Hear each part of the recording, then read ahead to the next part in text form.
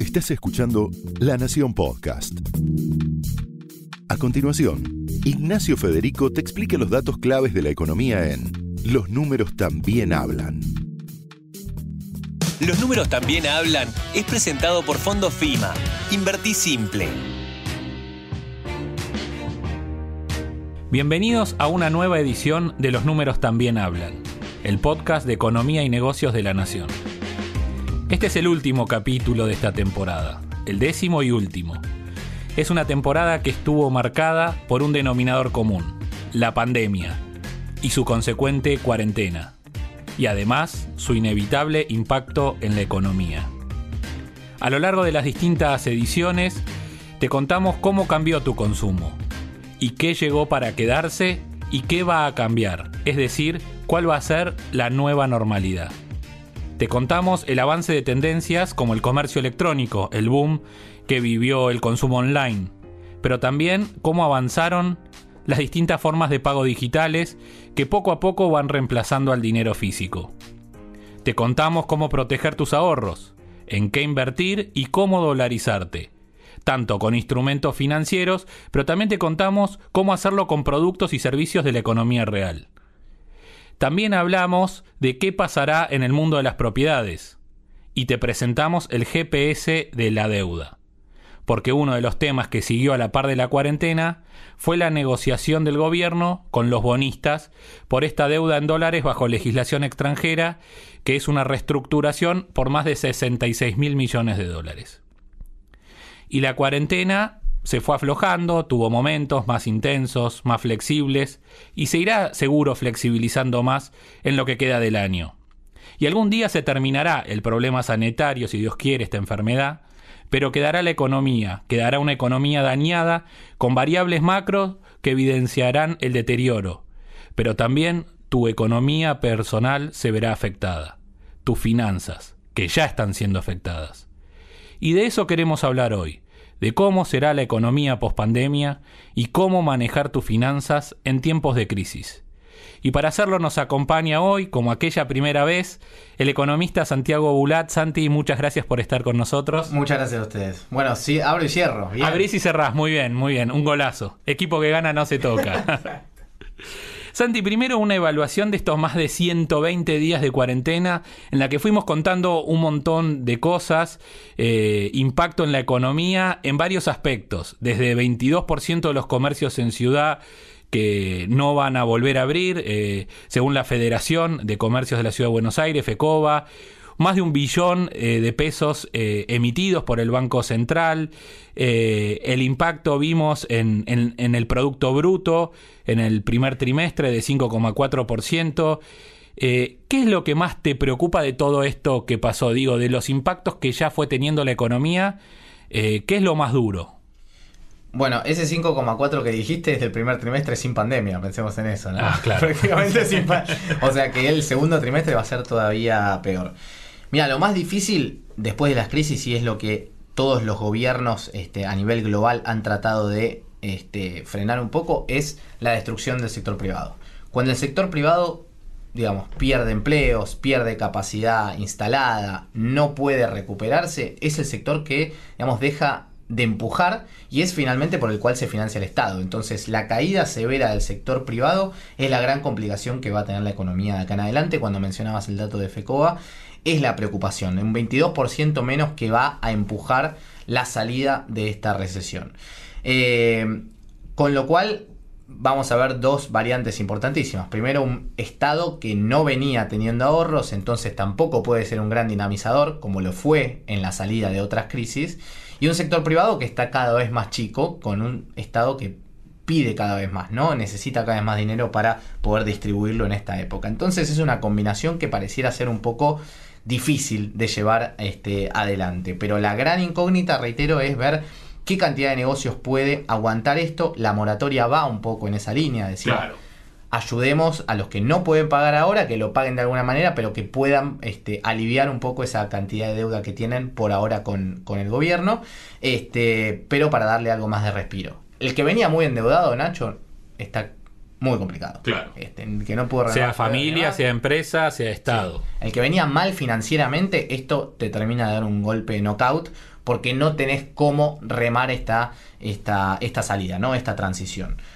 Surfeo de la ola, como le dije en alguna nota también. Exacto.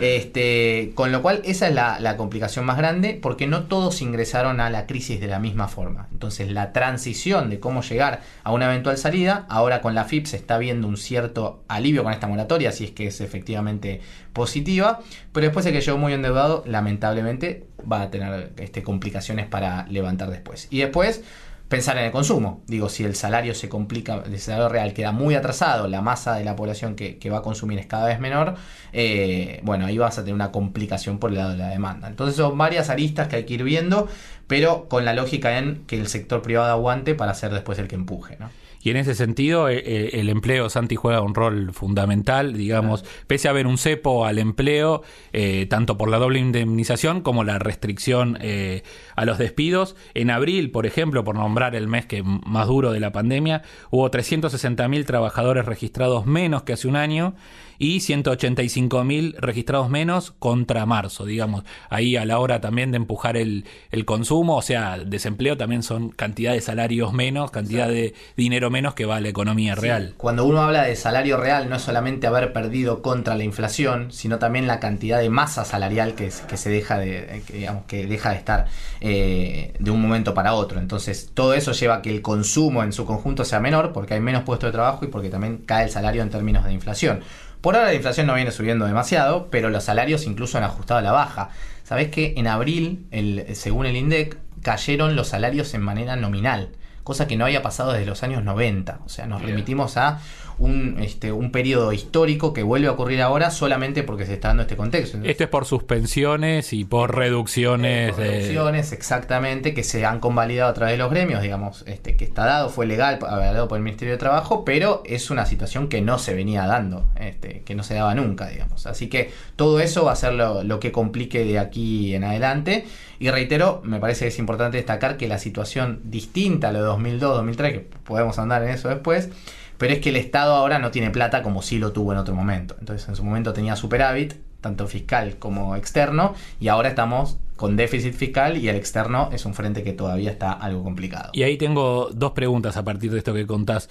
Por un lado, ¿qué tipo de crisis va a ser entonces la que está teniendo, pero sobre todo la que va a tener la Argentina? Decías algo no tan parecida a la de 2002 por el tema de que el Estado no tiene plata, pero ¿es una crisis de demanda, es una crisis de oferta, es una crisis financiera o es una crisis que atraviesa a todo el sector productivo y en ese sentido puede ser más complicada? Digo, ya hablamos de perspectivas de caídas del 11 o 12%, según sea Latin Focus o el REM el que lo diga. ¿Qué tipo de crisis es? ¿Cómo lo definirías? Está muy buena la pregunta. Primero que es algo muy atípico, ¿no? Tenemos que partir de la base que estamos en una pandemia y en general eso no es como...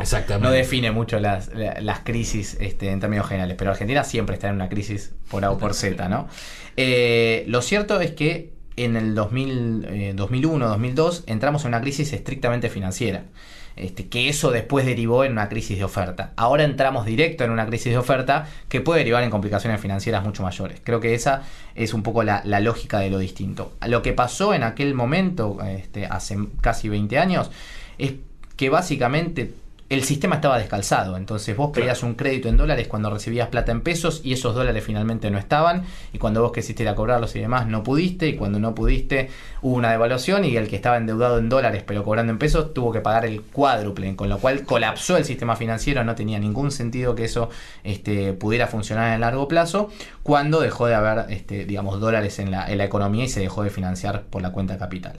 Ahora, ¿qué estamos viviendo ahora? Que directamente venías en recesión, porque del segundo trimestre de 2018 que venimos cayendo en la economía, con lo cual ya empezamos del subsuelo. Si el resto de los países empezaba del cero, nosotros arrancamos del subsuelo, y la complicación es, se cerró completamente la economía. Fue la caída más importante de la historia de la economía en el mes de abril, y probablemente el segundo trimestre también sea la más complicada en términos generales.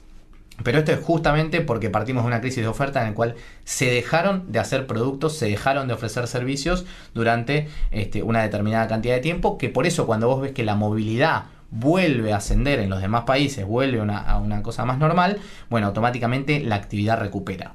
Pero la incógnita es, volvemos a la primera pregunta, vuelve la movilidad, pero ¿con cuántos comercios menos? Claro. ¿Con cuánta actividad productiva menos? ¿Con cuánto empleo Y menos? con cuánta capacidad de compra menos. Exactamente. Pues, en Estados Unidos lo que tuviste, por ejemplo, para poner un ejemplo, es que el desempleo voló, porque tiene una flexibilización muy rápida. Pero automáticamente también bajó el desempleo 3 puntos. Ni bien en se un reactivó. mes. Exactamente. Entonces, eso también hay que tenerlo en cuenta de cuál es la forma en la cual se sale de esto. Sí, cuánto es temporal y cuánto es estructural. En países con mayor flexibilidad se ven alzas y caídas pronunciadas, como vos decís. Acá generalmente lo que se pierde es muy difícil de recuperar, ¿no? Efectivamente. Y ese es un tema. Vos pensás que desde el año 2011, si vos agarrás el empleo que se creó registrado, o sea, los que están anotados en la FIP y demás, empleos privados, asalariados privados que estén anotados en la FIP, en términos netos estamos más abajo que en 2011. O sea, perdimos empleos netos privados. Y ni hablar de que el 40% está en negro y ahí no tenés registro, pero se sospecha que eso está cayendo a la par o más. Entonces lo que venía creciendo es el empleo público y los monotributistas, los autónomos, con lo cual podríamos pensar que el empleo menos agradable, el más desfavorecido, digamos, es el que viene creciendo ahora, que son los monotributistas y demás autónomos que tienen peores condiciones de lo que es el empleo registrado formal, que es algo que vamos a tener que atacar seguramente para que esto mejore, ¿no?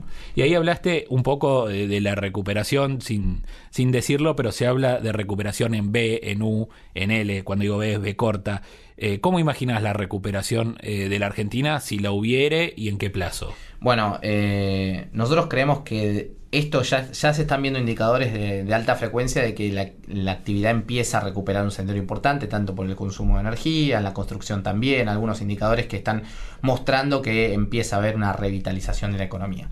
Ahora, nosotros lo que esperamos es básicamente que en 2021 estemos todavía por debajo de lo que fue el escenario pre-pandemia. Claro. O sea, cuando empezó la pandemia estábamos en un piso, bueno, yo creo que ni a fines de 2021 vamos a volver a ese Ahí cuando piso. se habla de un crecimiento, en realidad es un rebote que va a haber, que va a tardar y que no va a alcanzar en 2021 a recuperar lo de prepandemia. Efectivamente, con lo cual me parece que vamos a tener 2 años bastante magros en términos económicos, y esto se llama pipa Nike, es otra de las formas de crecimiento que es un poco innovadora, no es la W, ni la B, ni la U, pero es la Nike. Claro, la Nike de la victoria. Empieza a recuperarse de a poco y se va aplanando esa curva. Para ponerlo en términos pandémicos, se va aplanando esa curva y no llega al pico anterior, ¿no? Claro. Y mencionabas inflación. Si nos metemos en inflación, hubo más de 1 billón de pesos de emisión, de transferencias del Banco Central al Tesoro. Los índices de abril y mayo estuvieron relativamente bajos, en torno al 1,5%, pero ya junio se ve por arriba de 2.2%. ¿Cómo la ves a mediano plazo la inflación? Digamos, las previsiones hoy la dan cercana al 42%, incluso dan una inflación más alta en 2021 que en 2020. Digo, ¿por qué es esto? ¿Hay posibilidad de una hiper, que es siempre el miedo acá en Argentina? Mira, yo creo que por ahora no hay tantas posibilidades de una hiper, pero si nos descuidamos, el peligro está a la vuelta de la esquina, digamos. Si nos descuidamos, decís, si esta emisión no la absorbemos y seguimos emitiendo, claro. ¿Por dónde es? Sí, exactamente. Si seguimos emitiendo sin una contraprestación de decir qué va a pasar con eso, si no hay un programa macroeconómico de decir por dónde se van a absorber esos pesos, digamos, si no empieza a haber una lógica de, bueno, hacia dónde van esos pesos, que no sea solamente a que la brecha cambiaria suba y explote en algún lado. Vos pensás que en la hiperinflación, por ejemplo, no quiero decir que estemos en la misma situación, ni mucho menos, pero existía el cepo cambiario. No es que el cepo cambiario te limita de lo que pueda llegar a pasar. Entonces, muchos no recuerdan eso. Claro, por eso es importante. Entonces, descuidarse un poco de esas variables macroeconómicas es un tema. Ahora, ¿qué es muy interesante lo que dijiste del relevamiento de expectativas de mercado? ¿Qué se espera para este año y qué se espera para el próximo? Lo que estamos viendo en los últimos 2 es que para este año se espera menos inflación, cada vez menos, pero para el próximo año cada vez vayan subiendo más. ¿Y eso por qué es? Entonces, la lógica es, van a sostener todo lo que puedan este año, pero van a convalidar una devaluación desde el gobierno más fuerte el año que viene. Y esa devaluación va a tener finalmente el impacto en los precios. ¿La ves sobre todo por devaluación, digamos, sí, o por soltar tarifas, digo, en algún...? ¿Qué está pasando este año? Tarifas congeladas, sí, servicios congelados. Sí. O sea, nafta está congelada también, con lo cual tenés variables que empujan en general, que hoy están congeladas. Puja distributiva. Salarios a la baja, sí, en este momento. Sí. Y el tipo de cambio con cepo. Con lo cual, ahora que te vienen entrando más dólares de lo que se te van, y hasta ahí, o sea, porque hoy está medio en equilibrio, no tendrías un problema de inflación ahora. Ahora, cuando se empieza a recuperar la actividad, vuelve el crédito y se multipliquen la cantidad de pesos, y la gente empieza a ganar de nuevo y empiecen a pelear por paritarias, y el dólar, si eventualmente lo sueltan y las tarifas se ajustan, vos pensás que estamos en los mismos niveles de 2016 de lo que se está gastando en subsidios de tarifas. Claro. Sobre todo porque crecen los energéticos. Entonces, la pregunta es cuán sostenible es esto, y ahí la incógnita de en adelante de, bueno, ¿cuándo vas a convalidar que se ajusten las tarifas, que suba el tipo de cambio, los salarios al alza? Y todo eso va a ser el combo que te suba la inflación. Por ahí este año se sostiene, y esa es la gran duda. Algunos analistas dicen que este año hay devaluación, otros que no, pero que eventualmente toda esta cantidad de pesos a algún lado va, si no es que crece la economía. Bueno, lo vamos a ver por la inflación seguramente. Y para el que no entiende mucho, ¿qué instrumentos tiene el Banco Central para lo que se llama absorber esos pesos en fácil, digamos? En fácil. Bueno, hoy las que más se conocen son las LELIQ, sí, ¿no? Que son esos instrumentos que tienen los bancos. Entonces, yo deposito plata en mi banco, que supongamos, vamos al caso de que haya mucha emisión y demás, el Banco Central lo que va a decirle a los bancos es, bueno, yo te doy un instrumento en pesos, o sea, te doy a cambio de que vos me des todos esos pesos que ahora tenés, que me los deposites en el Banco Central, yo automáticamente te voy a dar una tasa de interés por eso, que viene ahora clavada en 38 hace mucho tiempo, ¿no? Y que me parece una buena noticia que no se haya bajado más, porque la inflación dio baja. Claro. Porque si vos te das cuenta cómo... Además, la tasa del ELIC después es referencia de los plazos fijos. Del resto de las tasas. Bueno, ahora están obligados los plazos fijos a darte el 70 y pico por ciento. Claro. Exactamente, que es lo que es una LELIQ. Pero lo interesante de ver qué pasó con la inflación en estos momentos, porque es una crisis de oferta, como bien decíamos, es que en los demás países hubo deflación. Claro. Países que no están acostumbrados a esa deflación, hubo deflación en estos meses. Y Argentina siguió con inflación. Entonces no nos confiemos de que es una inflación muy baja, porque si bien es baja para los estándares argentinos, en la comparación mundial exactamente. Es muy alta. Así que eso a tenerlo en cuenta, pero sí, el Banco Central puede hacerlo vía LELIQ, y lo que terminamos viendo en general es: sumo muchos pasivos, se endeuda mucho el Banco Central, y como lo licúa, como es en pesos, hay una devaluación y automáticamente tiene más reservas sobre pasivos, ¿no? Que esa es lo que suele suceder. Y ahí la otra variable así que nos queda para ver cómo la ves en el futuro es el dólar. Hablamos mucho del dólar en otros capítulos, de por qué faltan en Argentina, y también el dato de la balanza de pagos que publicó el INDEC sobre el primer trimestre daba que los argentinos tienen 225.000 millones, algo más, de ahorros en dólares, digamos. O sea, eso es en bancos acá o afuera o en el colchón, pero son 225.000 millones, son 25 veces más que las reservas netas, según cómo se calculen las reservas reales netas, o 5 veces más que las brutas, que esas sí se conocen. Sí. ¿Por dónde ves el movimiento del dólar? Digo, ahí hay una fuerte presión. Bueno, ese es un tema clave. A ver, el tema de los argentinos ahorrando en el exterior viene ya desde que desde la crisis de 2001, que los argentinos tienen toda la plata o en el colchón o afuera. Por más que esté declarada y todo, estamos hablando solamente de la declarada acá. Claro. Después lo otro no eso es fuera del sistema, fuera de donde va la inversión. Exactamente. Con lo cual ahí ya estamos partiendo de la base de que la confianza, digamos, en el sistema argentino es muy baja. Claro. Y la tendencia es: cada vez que puedo compro dólares y cada vez que puedo los saco del sistema. Con lo cual es es muy malo para una economía. Es pésimo, digamos, que una economía no funcione porque no tiene crédito y no tiene depósitos porque la gente no confía. No puede ser una economía que funcione en base del dinero. Entonces ya estamos partiendo de una base muy complicada para la Argentina, pero se basa justamente en la confianza. De hecho, ahora venía una parte de hacer un blanqueo, de poder traer eso, claro. Quieren expulsarlo del gobierno. Pero hoy estamos, si lo me decís en términos de producto, en pico de eso, de la cantidad de plata que tenemos afuera. Son niveles récord, digamos. Son niveles récord, claro. Exactamente. Con lo cual la desconfianza es muy alta, el ahorro está vigente y está vigente en otra moneda. Entonces, es una combinación muy mala para decir. Y como contrapartida cae la inversión, digamos, productiva necesaria para que la máquina funcione, también en niveles récord, digamos, está para abajo. Claro. Porque como hay poco dinero disponible, digamos, la inversión para dártelo, primero que hay un riesgo muy alto y también esa inversión termina siendo muy cara. Con lo cual es una combinación muy mala para una economía que necesita inversión para crecer. Y vamos a niveles de inversión, te diría, muy bajos, muy bajos. Puede haber oportunidades. Sí. pero todavía... Sí, algunos economistas decían que había caído para el nivel que necesitas amortizar el capital, digamos, que es el nivel básico de sostenimiento de tu capacidad instalada, por decirlo de alguna manera. Efectivamente, con lo cual salir de eso, bueno, son difíciles los incentivos que hoy se pueden dar, ¿no?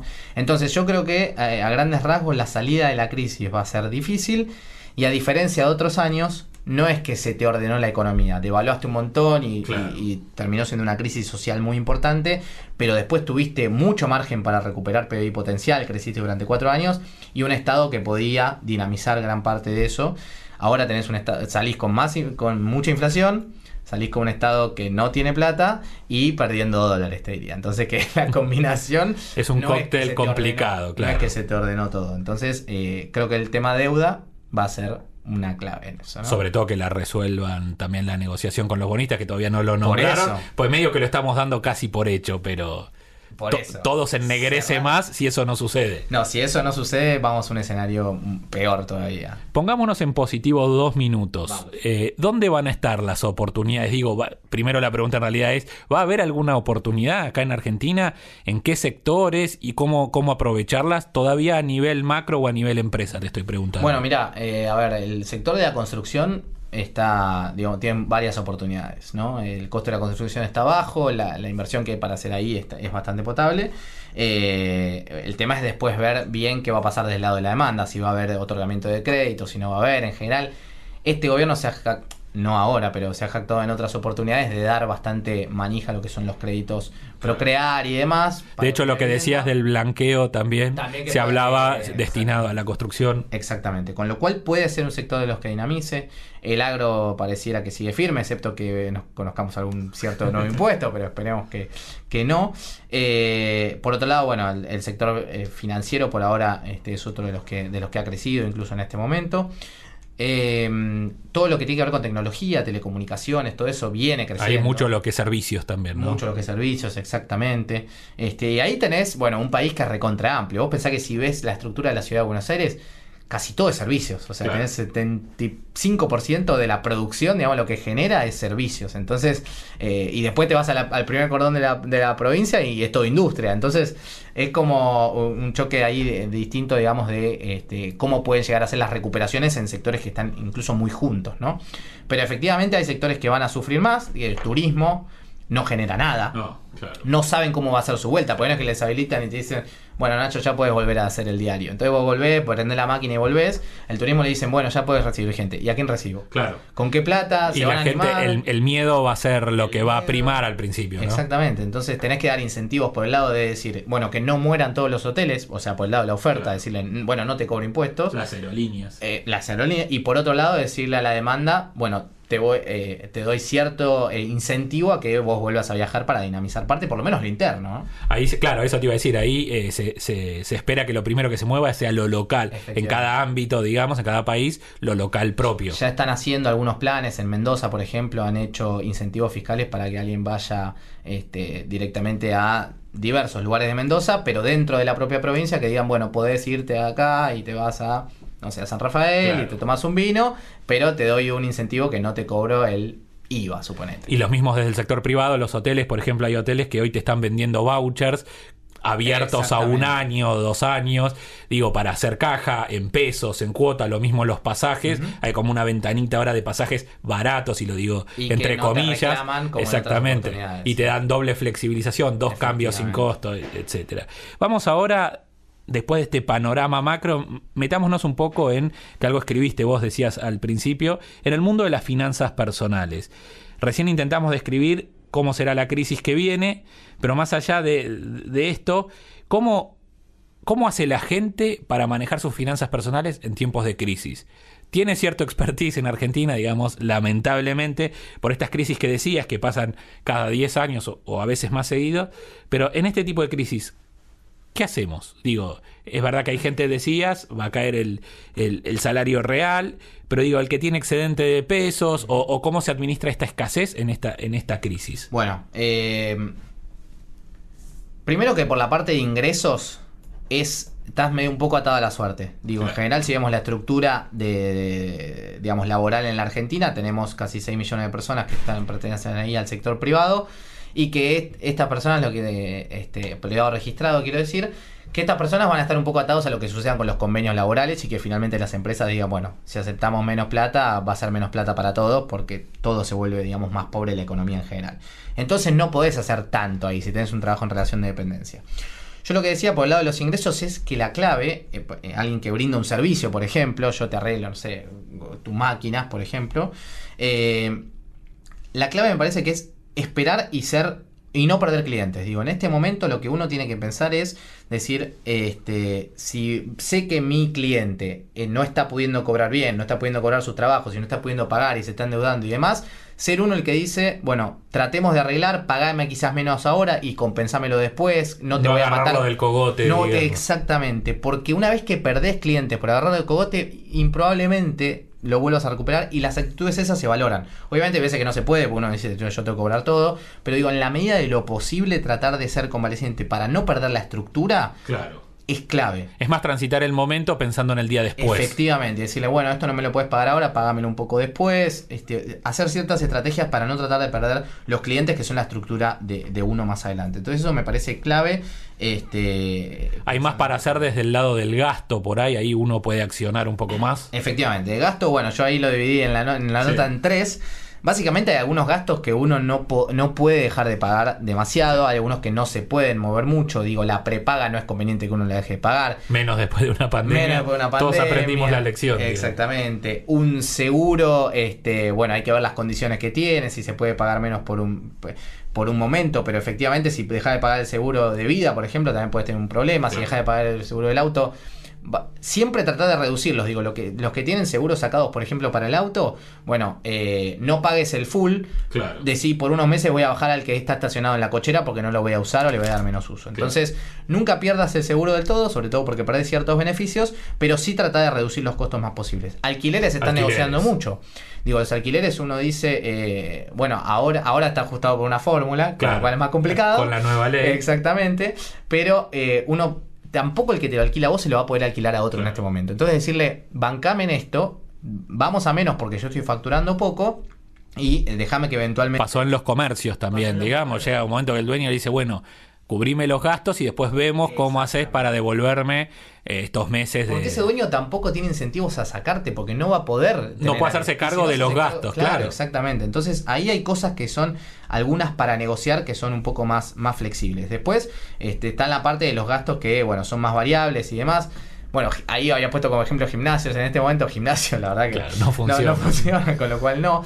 Pero digo, es cierto... Supermercado, por ahí, ajustar por ahí lo que uno pueda. Ir a segundas marcas y demás. Todo eso son consejos para la vida cotidiana que te pueden reducir la cantidad de gastos que uno tiene en la cotidianidad. Una estructura más o menos fija que se puede bajar un poco. Es ajustable y no necesariamente deja de consumir lo mismo. Y después los gastos hormiga que también se reducen en este contexto. Pero cuando uno va a la oficina y compra comida abajo... ¿Cuáles son los gastos hormigas? Uno va a la oficina y compra comida abajo, uno va y se toma el cafecito de la mañana para desayunar con un amigo en un bar. Son los que no tenés en cuenta, los que no anotás ni siquiera en tu Excel. No y si esto es del momento. Y termina siendo, y te gastaste 1.000 en ir a comer afuera, y de repente te gastaste 6.000 pesos en los gastos hormiga. Y decís, che, al fin de mes, no es tan hormiga como uno hubiera pensado. Así que eso... Y ahí uno puede accionar más en esos gastos. Uno puede ser un poco más, exactamente, puede mirarlos un poco más de cerca. Así que eso me parece que es importante. Se reducen de facto en algún punto, reitero, porque hay muchos que están trabajando en sus casas. No te queda otra, claro. Exactamente, pero en general hay que ponerles el ojo ahí donde uno tiende a no hacerlo, ¿no? ¿Y qué hace la familia con las deudas? El que está endeudado y el que está empezando a contraer deuda de alguna manera por la crisis actual. Bueno, lo ideal dentro de las deudas, digamos, hay dos cosas que hay que ver. Primero, los plazos en los cuales uno endeuda y lo otro, la tasa de interés a la cual uno se endeuda. ¿Es necesario esa tasa de interés? ¿Fue el mejor arreglo que pudiste haber hecho? ¿Puedes ir a renegociar algo más? Hay mucha gente que dice, bueno, pago el mínimo de la tarjeta, que para mí es un desastre, digamos, vale aclararlo, lo hemos dicho creo la vez pasada, pero lo vuelvo a reiterar. Tiene de las tasas más altas del mercado para financiar la tarjeta. Entonces, uno ¿qué hace ahí? A veces dice, bueno, me saco un préstamo personal de corto plazo para pagar esa tarjeta y después voy repagando el préstamo personal. Armar una bola de deuda no es recomendable en ningún momento. Esto es importante decirlo. Entonces, sacar un préstamo para cancelar otro préstamo solamente te puede mejorar ciertas condiciones, pero no conviene que yo me endeude por mucho tiempo, esta es la otra parte, la parte del plazo, si es para repagar una deuda que es de corto plazo. O sea, si yo me pasé un mes en la tarjeta, no me conviene sacar un préstamo de largo plazo para pagar algo que fue un exceso de un mes. Si veo que vengo con una bola gigante, bueno, quizás conviene tapar ese agujero y pagándolo de a poco. Pero las situaciones, digamos, de no pagar la deuda es mala también. Claro. Porque ahí termina siendo un mal pagador. Lo que pasa a nivel país lo llevas a la micro, digamos. Efectivamente, y es buenísimo. El default no es bueno. El default no es bueno, porque después los intereses que te van a cobrar son mucho más altos. Volver de nuevo al mercado, como le está pasando a Argentina, es muy difícil también, porque terminás con deudas muy amplias y obviamente nadie te quiere financiar, nadie te tiene confianza, y efectivamente no te vas a poder endeudar en otro momento de tu vida si lo necesitas. Entonces, no dejar de pagar es importante. Pagar, quizás buscar planes que incluso los bancos están adaptando ciertas líneas. Hay para cierto nivel de que te pide reestructurar o refinanciar, dicho en chiquito. Porque al banco tampoco le conviene que todo el mundo deje de pagar. Entonces te dice, bueno, refinanciemos de alguna manera en este contexto que es medio particular y te bajo la tasa, te acorto los plazos, algo que te sea funcional a vos también. Y para el que tiene ese excedente de pesos, que por ahí, sean los menos, es difícil a veces hablar de esto, pero siempre está el que le van a sobrar unos pesos también por estar encerrado en su casa o porque todavía tiene algún remanente quizá del aguinaldo. Ahí, ¿qué márgenes de ahorro, de cómo proteger ese ahorro le ves en tiempos de crisis? Mirá, por lo que estamos viendo en Argentina, las expectativas y todo, la inflación va a seguir siendo alta. Claro. Y sobre todo más alta el año que viene. Entonces, ¿tomar decisiones de deuda atadas a la inflación? No. ¿Tomar decisiones de inversión atadas a la inflación? Sí. Claro. Entonces, pensar en, la inflación va a subir, entonces yo me cubro de la inflación, es lo que están haciendo incluso el gobierno cuando te dice, dame la deuda en dólares, las letes en dólares te las canjeo por bonos que estén atados a la inflación. Entonces, el único atractivo que hoy hay en la Argentina para invertir en pesos es decir, bueno, me estoy cubriendo de la inflación. Un plazo fijo no te cubre de la inflación. Claro. Salvo esto de veranito de 2 meses que le dio una tasa real positiva. Sí, efectivamente. Pero en el largo plazo no me metería en algo quizás demasiado amplio. Los fondos comunes de inversión para mí son una buena opción. Yo la he recomendado acá. Si no hay tanto manoseo de cómo que regulaciones que tienen, pero sí es una buena opción porque lo maneja gente idónea que en general siempre te da más que un plazo fijo, porque tiene muchos instrumentos mezclados y genera un gran volumen de usuarios que meten su plata ahí y ahí se pueden generar mejores rendimientos, mejores tasas. Entonces, eso como una opción que es fácil incluso porque desde las aplicaciones de los bancos uno puede meter su plata en un fondo común y se puede retirar de manera prácticamente inmediata en su gran mayoría.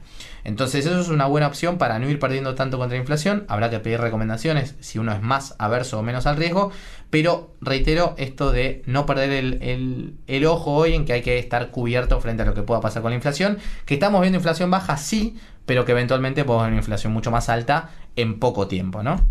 Lo escuchaste, fue Santiago Bulat, economista, te contó cómo sigue la economía en este tiempo post-pandemia que arranca, que en cualquier momento se afloja más la cuarentena, pero la crisis económica sigue y sobre todo, cómo manejar tus finanzas en tiempos de la crisis que se viene. Santi, muchas gracias por estar con nosotros hoy. Por favor, un gusto haberlo cerrado, un honor. Un placer.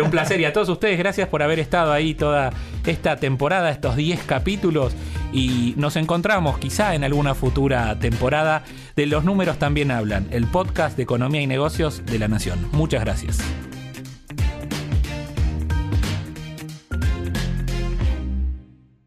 Esto fue Los Números También Hablan, un podcast exclusivo de La Nación. Escucha todos los programas de La Nación Podcast en www.lanacion.com.ar. Suscríbete para no perderte ningún episodio. Estamos en Spotify, Apple Podcast, Google Podcast y en tu reproductor de podcast favorito. Seguí escuchando La Nación Podcast.